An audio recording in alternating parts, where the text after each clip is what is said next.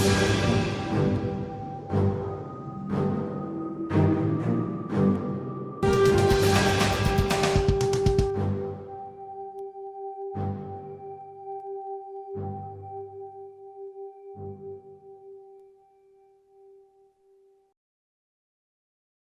au Royaume international des filles vierges. Aujourd'hui, nous faisons le lancement du livre Virginité, 10 ans de combat, 117 regards sur lui.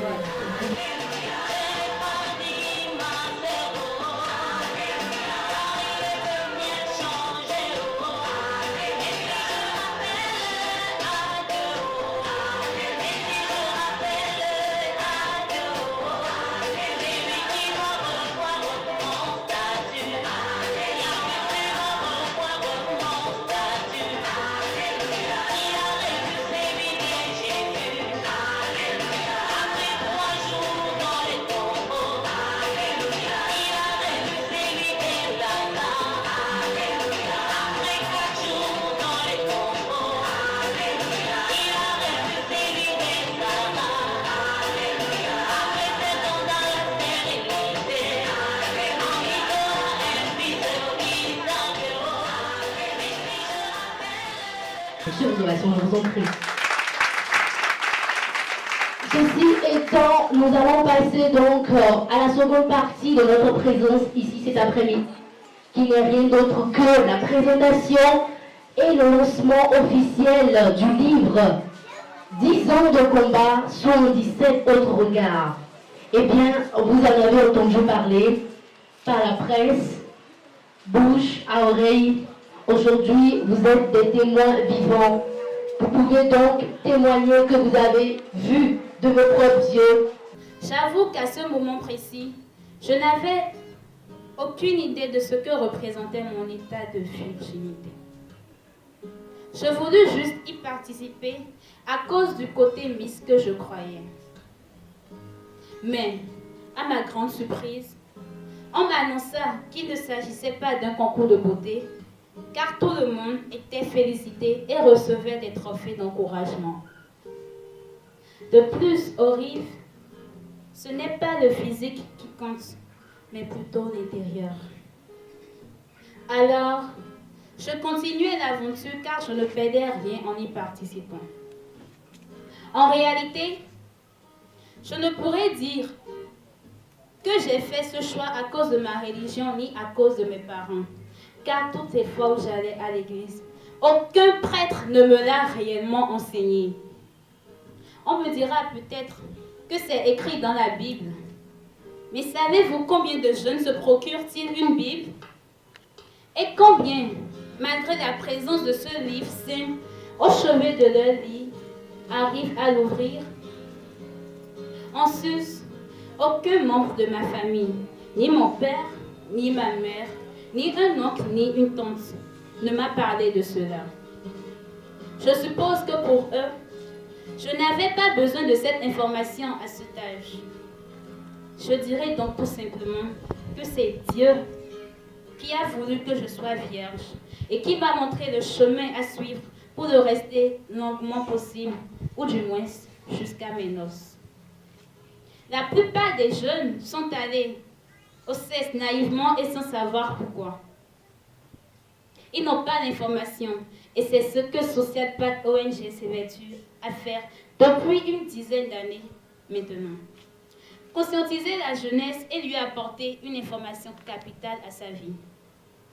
Généralement, là où se trouvent plusieurs filles, les petits problèmes ne manquent guère. En revanche, le RIV est une exception à cette affirmation. Car bien qu'étant une association de milliers de filles, je n'ai jamais entendu parler de conflits ou de différends. Et c'est grâce aux valeurs et enseignements inculqués par l'initiateur que nous sommes des personnes vivables en société. Toutefois, j'ai connu facilement le RIV, mais pas mal de difficultés ont entravé mon choix. Et c'est justement en cela que je puise la force de continuer. De façon étrange, la première personne qui m'a démotivée était mon père. Pourquoi? Il ne croyait pas en ma virginité. et difficilement a pu signer ma fiche d'autorisation parentale, car portant son nom, il ne voudrait pas être honteux et confus. Pire, après la signature, il n'a même pas daigné m'aider dans mes préparatifs, ce qui me blessa profondément. Cependant, j'ignorais totalement que ce n'était que le début des difficultés. La vie nous réserve d'énormes surprises, dit-on. Et cela, je l'ai constaté quelques mois après mon entrée officielle dans le royaume des vierges. Fortuitement, ma mère, qui m'avait toujours soutenue au début et sur tous les plans, m'ordonna de cesser toutes les activités du RIF et pour me consacrer uniquement aux études. Ce fut une lutte terrible, car le RIF est une école de vie et nulle part ailleurs.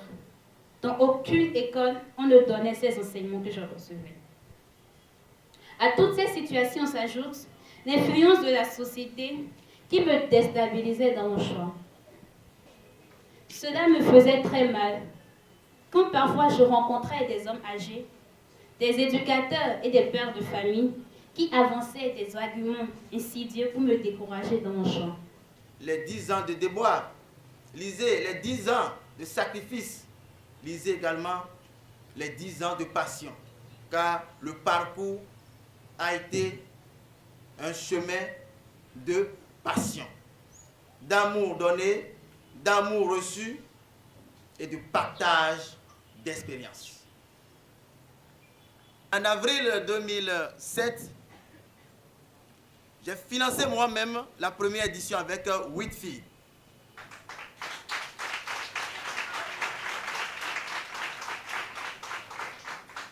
Je vous fais fi du reste, mais aujourd'hui, de 8 filles, nous sommes passés à 1706 filles.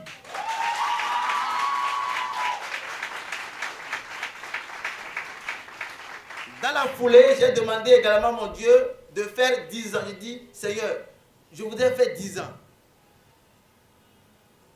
Et cela est en train d'être réalisé. Donc avant de partir et laisser le creuset dans les mains des filles qui sont passées par ici, qui sont aujourd'hui mariées, ensemble nous avons décidé qu'on laisse ce joyau qui représentera pour ces filles la ligne à suivre. D'où la naissance de virginité, 10 ans de combat, 77 autres regards. Virginité, 10 ans de combat, 77 autres regards, car autant que nous sommes, nous avons notre regard. Donc respectons alors les regards des autres. Et quand vous prenez la couverture de cet ouvrage, vous verrez des regards. Des regards de blanc, des regards de noir, des regards de jaune et des regards de rouge. Pour vous dire que la virginité est universelle. Ce n'est guère l'apanage des Africains, mais toute fille au monde naît vierge. Par conséquent, c'est une valeur partagée partout. On nous dit souvent que c'est dépassé, que dans les agones, ce n'est plus respecté. Ce n'est pas vrai. L'entrée dans la relation sexuelle comporte deux aspects. Il y a un aspect d'attrait et il y a un aspect de don de soi. Si nous considérons l'aspect de l'attrait, on est attiré par l'autre à cause de son physique, à cause de sa beauté. On est attiré par l'autre aussi à cause de son pouvoir financier, pouvoir de donner des notes sans avoir travaillé. On peut être attiré à l'autre aussi affectivement. Comme dit quelqu'un, le cœur a ses raisons que la raison ne connaît pas. Donc cet attrait fait intervenir l'individu tout entier, esprit, âme et corps. L'esprit, on est attiré vers quelqu'un, il y a une communauté de valeurs, d'objectifs. Sinon, on ne serait pas avec cette personne. Il y a une communauté d'âme, il y a une confiance qui s'établit, il y a une certaine affectivité. Et puis enfin, il y a la communion de corps. Et la communion de corps, c'est cela le rapport sexuel proprement dit. Et ce rapport sexuel, quand on a faim, on peut s'asseoir au bord de la route et manger. Mais qui va avoir des rapports sexuels au bord de la route? Donc ça nécessite un contexte d'intimité. Et c'est pourquoi le rapport sexuel, ce n'est pas n'importe quoi. C'est quelque chose d'important à considérer. Et ce rapport a deux fonctions. La première fonction, c'est la fonction de plaisir. Et c'est ce que l'on cherche souvent, la fonction de plaisir, qu'on appelle la fonction érotique. Mais il y a la deuxième fonction qu'il ne faut pas oublier. Et parce que quand elle est oubliée, cela peut entraîner des surprises désagréables quand on n'est pas marié. C'est la fonction de reproduction, la fonction de procréation. Donc il y a ces deux fonctions qu'il faut considérer dans le rapport sexuel. Donc on est attiré avec ces trois dimensions, l'esprit, l'âme et le corps, et avec les deux fonctions qu'il ne faut pas oublier, la fonction de plaisir et la fonction de procréation, de donner la vie à de nouveaux êtres. Le deuxième aspect, c'est le don de soi. Un rapport sexuel nécessite un don de soi, même si c'est partiel, même si c'est pour quelques instants. Il faut se mettre nu devant l'autre, se laisser à l'autre. Il y a un don de soi qu'il ne faut pas ignorer. Et l'impact de tel rapport peut être positif et il peut être négatif. Première, en tant que vierge, en tant que fille vierge, c'est de ne pas subir les mêmes choses que mes autres sœurs ont subi. Parce que j'ai été témoin de l'expérience d'une de mes amies qui ne m'a pas plu. Et j'ai décidé de ne pas aller au sexe avant le mariage. Vous êtes fière de votre condition? Bien sûr, je suis très fière, je l'assume et ça me permet d'avancer. C'est vrai, on fait face à des critiques, à des moqueries, mais si vous voulez bien faire, ne regardez ceux-là qui peuvent vous freiner. Non, ne les regardez pas, mais continuez d'avancer si vous êtes convaincu que ce que vous faites est réel et juste. Dites-nous, quel est le but de la cérémonie? Le moment viendra. Ok, cet après-midi, il faut notifier que c'est le lancement et la présentation de l'ouvrage Virginité, 10 ans de combat, 77 autres regards.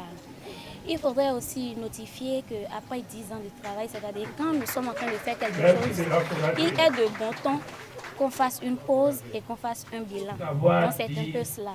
Non. Virginité, 10 ans de combat, 77 autres regards, c'est aussi la célébration d'un rêve, la célébration d'un homme. Parce que l'initiateur, le promoteur a demandé à son Dieu de lui accorder 10 ans. Après 10 ans, l'ancienne équipe s'en va et il y a l'installation d'une nouvelle équipe dirigeante. Donc il faudrait laisser une place de leur passage, une place, quelque chose de concret pour la nouvelle équipe. Parce que dans ce recueil, il y a eu des témoignages, les difficultés, les rêves, ce qui s'est passé, ce que nous espérons, sinon les perspectives, c'est un peu cela. Donc au cours de la commémoration de ces 10 ans du Royaume international des Vierges, plusieurs séries d'actions seront faites et le lancement de l'ouvrage n'est que le début. Pour lancer le départ de l'ancienne équipe et l'installation de la nouvelle équipe dirigeante. Merci. Qu'est-ce que ce livre pourrait changer les autres? Ce livre, premièrement, servira de témoignage, mis à part ce qui se dit dans la rue, ce qui se dit autour de nous de bouche à oreille. Ce serait vraiment une preuve concrète. Les gens pourront lire et toucheront du doigt « Ah, telle personne est réellement vierge. » Bien sûr, j'ai eu les passages, j'ai eu les propos de la personne. Il y a eu des parents qui ont intervenu. Il y a eu des personnalités qui ont intervenu. Et vous vous imaginez, croyez-vous que ces personnes pourront se laisser berner? Ils ont laissé leur nom dedans. Donc la chose est juste. La chose est vraie. C'est le moment maintenant de le toucher du doigt. Il y a les preuves qui circulent. C'est cela. Je retiens qu'aujourd'hui, les filles vierges existent au Bénin. Les filles vierges existent au Bénin et les filles ont seulement honte de leur état. Et quand on pense que les filles ne veulent pas garder leur virginité, c'est faux. les filles veulent bien garder leur virginité, mais elles ne sont pas accompagnées. Parce que nous les traitons de villageoises, nous les traitons de filles attardées, nous les traitons de filles bêtes, de filles non branchées. Alors aujourd'hui, avec ce projet, nous on a remarqué qu'il y a beaucoup de filles qui auraient gardé leur virginité, mais elles n'ont pas été accompagnées. Alors, un appel rapidement pour ceux qui aimeraient bien acheter ce livre ou ceux qui entendront parler de ce livre. Alors, j'invite toute la population à pouvoir se procurer ce livre, surtout pour les filles, parce qu'une fille qui prend ce livre pourra avoir les raisons fondamentales de son choix. Et ça pourra réellement la motiver à faire comme ces sœurs qui ont gardé leur virginité jusqu'au mariage. Également, j'attire l'attention des parents sur l'éducation qui est différente de l'instruction. Parce qu'on pense qu'envoyer juste son enfant à l'école est suffisant pour garantir l'avenir de l'enfant. Non, il faut que la fille soit éduquée, car la fille est mère de la nation, la fille est la femme au foyer de même, la fille est la mère qui éduque les enfants demain. C'était le lancement du livre Virginité, 10 ans de combat, 77 au regard. Merci de l'avoir suivi. Je vous remercie.